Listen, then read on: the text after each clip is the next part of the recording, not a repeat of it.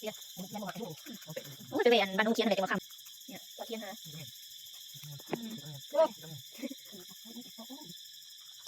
ไปจุนอีเมลวะตาอันนิ่งอีไรว่าอ้อมโลกมันกะจีมาจีมาเทียนกูหาเขาเป็นจีไอ้ตัวอันนี้แล้วนั่นโอ้อยากเฮ็ดเด้โอ้เด็4 อันโอ้3-4 อันจะเต็มมือกูเลยใหญ่สบายดีพ่อแม่พี่น้องเด้อมื้อนี้สะโฮงก็มาหาเฮ็ดอีกแล้วเนาะพี่น้องเนาะตอนมืดค่ำคือเก่าเนาะบ่ฮู้ว่าสิเห็นบ่กะอันแม่ปามเพิ่นเว้าไปแล้วเนาะคลิปก่อนนั่นแหละกะยังบ่ทันได้อันหาไว้ให้เพิ่นซ้ำเพิ่นว่าอันให้สั่งความมานำไอ้ปามว่าโอ้หาอันเฮ็ดต้มไว้ให้แม่กินแน่เด้อลูกเพิ่นว่าสะโฮงกะสิมาเริ่มนี่แหละเนาะสิมาเริ่มหานี่ก็จักสิได้บ่ได้แต่กะเมื่อวานนี่ก็ได้อยู่กอบ1พอไปล้างแล้วเอาขี้ดินออกแล้วก็ได้อยู่ประมาณกอบ1เนาะแต่ก็มื้อนี้ก็สิมาหาได้สันใดก็สิเริ่มแบบต้มไว้ให้ใส่2ฟิตให้ก็สิเล่นลายได้หน่อยก็ว่ากันไปเนาะจักสิได้กินยามใดแหละจักสิได้ไปหากันยามใดไกลเนาะ มากับน้องทรายคือเก่าฮะทางฝุ่นบ่ถือมีดคนละอันอย่างนำทางเด้งเด้งเด้งเด้งเด้งหอดป่าเฮ็ดแล้วถือธงหิวมานำเนาะเพื่อได้เต็มหนีจังสิเมื่อ เท่าเทียนเห็นอีกแล้วพี่น้องนี่โอ้ยเบิ่งเสียหายเพิ่นเจาะเนาะคนละเตรียมโตโหลดเด้อบัดนี้จอนผงใส่โดดเนาะเอาตัวนี้ก่อนนี่ผู้อันหาน่ะก็เห็นพี่เพิ่นว้าวไปเรื่อยๆนะมันก็บ่จื้อแล้วลายบ่ลายแล้วพี่เพิ่นว่าเอาก่อนยันมีคนมาญาติ หา2 คนแต่ยันมีคนมาญาติเนาะ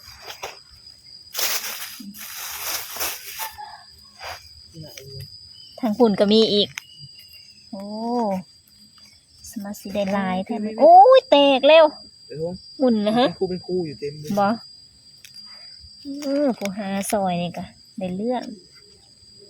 หมุนแล้วนี่โอ้แถวนี้ก็มีนี่นะโอ้แถวนี้ก็ลายเด้อเทียนนี่แหละพี่น้องเป็นคูอยู่นี่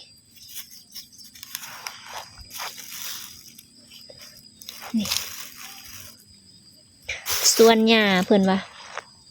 หญ้าบ่ไปบ่ไปก่อนสิลงน้ำลังเพิ่นว่าอาบน้ำก่อนฮะ มาเด้อมาหาเฮ็ดเด้อบ่ได้หาอยากเฮ็ดปวกบ่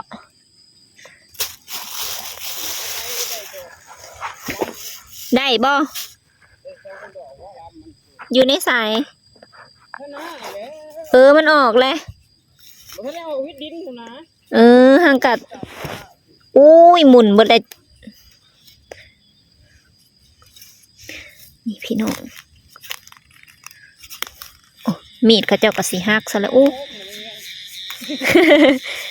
ก้านเฮ็ดบ่โอ้ยหมุนหมดเลยเทียนเลยลายน่ะยังเด็กตาเลยก้านะ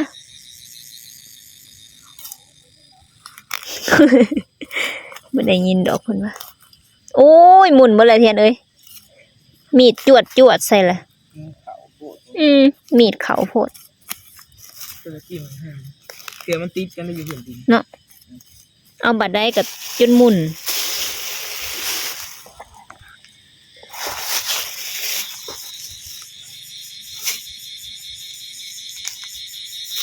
พี่น่ะเนาะแตก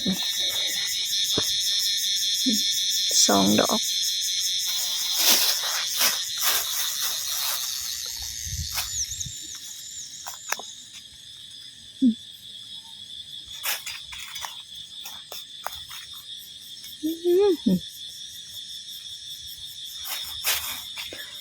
ก็แม่น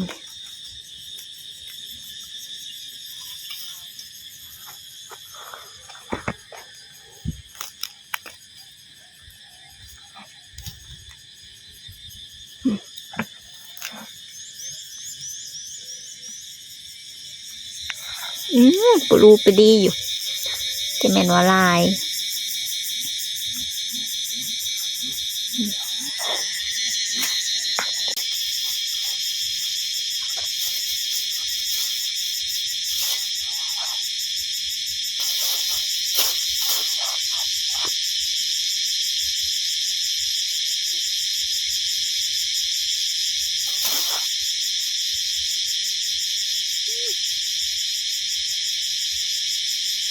มด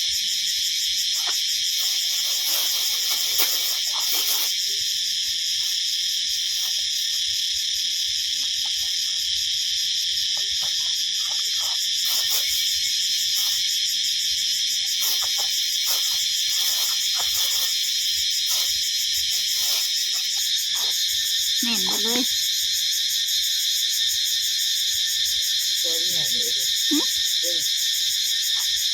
เฮากายมาเนาะวังหัน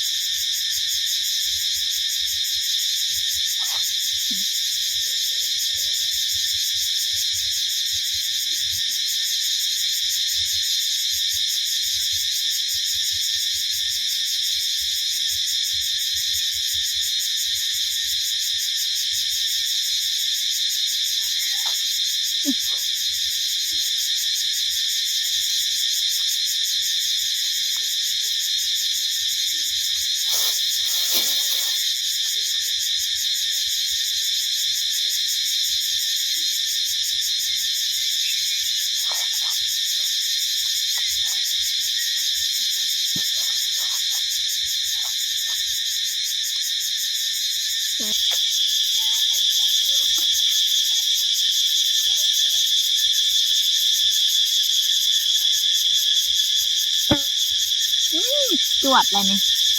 จนหมุนเบิดโอ้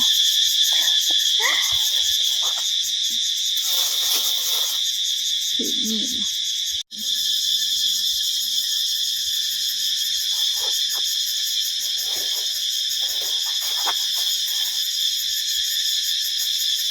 หญ้ากันลงมา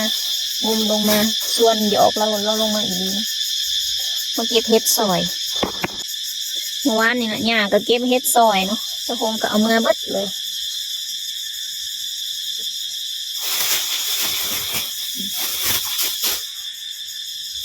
เห็น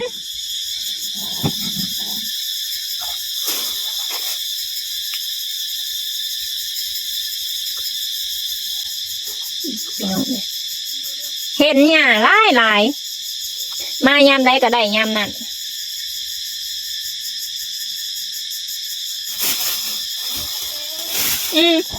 ยังอ่อนๆเนี่ยมันทางกระแตกยังอ่อนๆโอ้นี่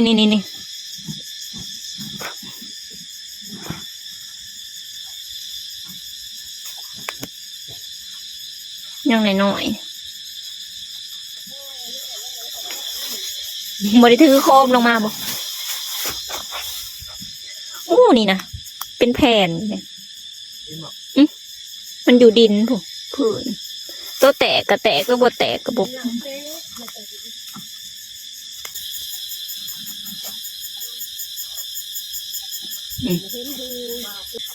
อู้เป็นวันอยู่นี่นะเนี่ยแม่นบ่แม่น โอ้แต่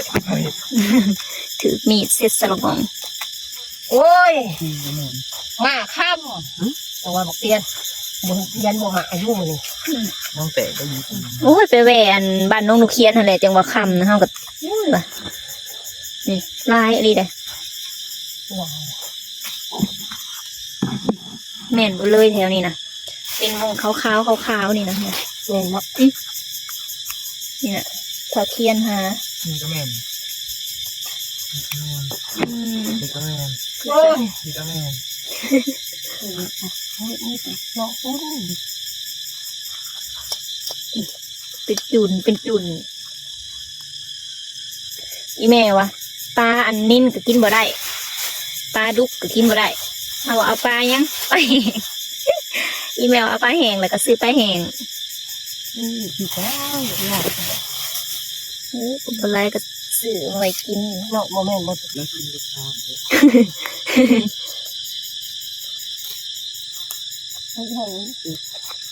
หลายอะไรเลย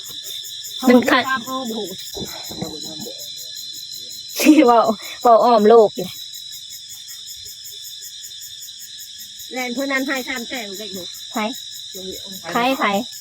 เพื่อพออีแหนน อืม บันบ่ ขายหรือแล้วคันนี้มีผู้ซื้อผูกกับผูกไว้ซื้อ บึงบ้านตัวเงินตัวทอง ทำไมก็แม่นเลยใครสิเคยได้กินเนาะโอ้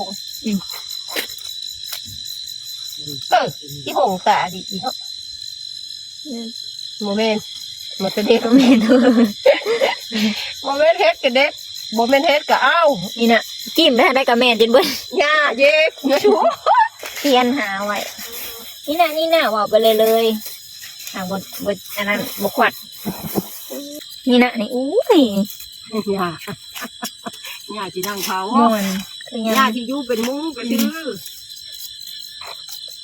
เนี่ยที่นั่งหลับยุ่งด้วย ยัง ลุงชื่อ ว้าลุงแม่นั่นเลย แม่นบ่ไม่ใช่ละได้จักดอกค่ะเบิ่งเด้อนี่สิขวัดให้เบิ่งอึ๊บมึงจนเข่งทงโอ้โห ไหนไหวเนาะ มาเลยก็จิ้มเอาเถาเทียนนี่กูหาเขาเป็นผู้จิ้ม หน้าหลังเทียนเลยนะ ไปเถอะอันนี้ นี่อะดูเนี่ย บ้าอันนั่นอันโอ้อยากเฮ็ดเด้ เดี๋ยว ใส่กูเนี่ย สี่หาด้วยหน่อย โถกูมือ นี่ก็แม่ นี่นะ4 หาอันหาดอกมาจนเต็มกำมือ เพิ่นละเทียนเอาได้3ค่ะ เดี๋ยว3มานั่ง จั เผาง ก็ได้นั่งเบิ่งก็ชื่อ ยันลานย่าน ร้านก็ได้หมาคำหมามือ มาคำอีกแล้วมึงเผาโอ้ยสิทาน ท้ายอันบุญบรรพบรรพที่เขาว่าลงเอาบ่เบิดลง เอาบ่เบิด เอาดอก เอ้ยดอกไม้เนาะ อุลูอยู่ค่ะมันใครแต่มันอ่อนเนาะ เอามือเลยได้ เขาสิล่างเขาคือว่าเขาสิล่างแล้วเขาสิอันต้มไว้แล้วใส่ตู้2 ฟีตนี่แตกเลยหมุนเบิด ดอกใหญ่เนาะมันขาหญ้าหูบ่ชักอันเล็บเปิดมากวาด เนี่ยเบิ้งนี่แม่นเบิดนี่นะนี่ เอาเหนียวได้ในติ้ง ใช่ นี่ก็แม่น สมากระโดดแท้อันนี้นะบุเมื่อดอกเล็ก เบื่อกันนอนเลยนะ สมาเก็บม่วนแท้พี่เอามาทาง ที ที่ นี้ ไหน โอ้ยมันจังให้ไม่ดอกใหญ่เนาะโห นี่นะแม่นเบิดนี่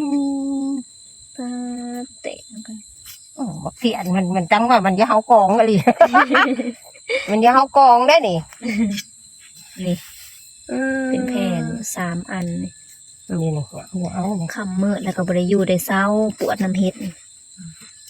ของแนวปีนี่ว่าท่านได้หาจะเถื่อได้เฮา มัน นะ ก็มีเป็นหมา อืม ไข่หมูกระโดด อุ้ย อุ้ยดอกใหญ่เนาะ ใหญ่อะไรได้บ่อุดหลุดอยู่ บนน้อยบนนั่นเห็นบ้างได้บนอยู่ นี่ศูนย์ โอ้โห ขึ้นถุงเลยดิมาแป๊บเดียวนักเดียวนี่อ่อนแม่นบ่นี่แม่นโอ้แม่นอีกดีนี่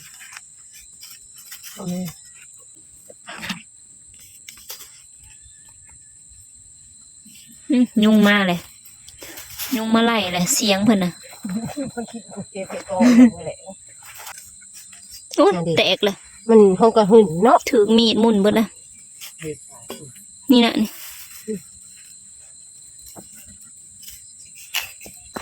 ดีเด้นี่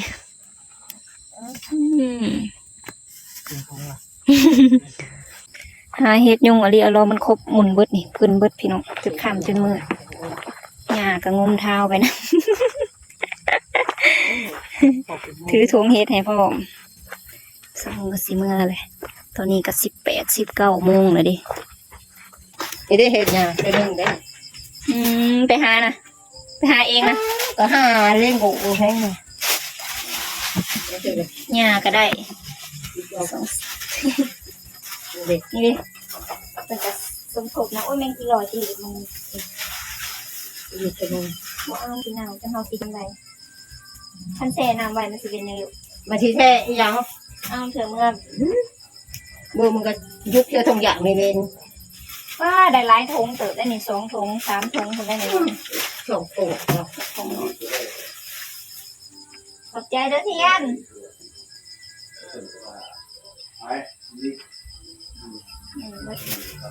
ไอ้เพิ่มเนี่ยนั่นนะ ยุงครบหญ้าเข้าก่อน อันนี้ที่บุญเจ้าคือบุญ ๆเอาเนาะมันครบนะอันนี้ก็คันเนาะแถวนี้ก็เกาจนอันแน่นเบิด คนมาเอาบุญมาแลกมาหาเฮ็ดนั่นไม่ถึง เต็มจะได้ครึ่งถุงบอกแล้วว่าคันบ่เต็มถุงบ่มื้อได้ครึ่งนักขี้ดินแน่ ยากมันจะมา นี่พี่น้องได้หลายเติบมีแต่ดอกใหญ่ๆตูนๆเลย ผู้ตุยตีมาแล้วขล่างเฮาสวกและดอกบักใหญ่แต่ ดอก เนาะ ใหญ่พุ่นอ่ะ3-4 อันจ ต้อน ง เต็มมื เก็บ อ เปิดบ่ได้อันใหญ่ได้หมกอันนี้ ใหญ่ขี้ดิน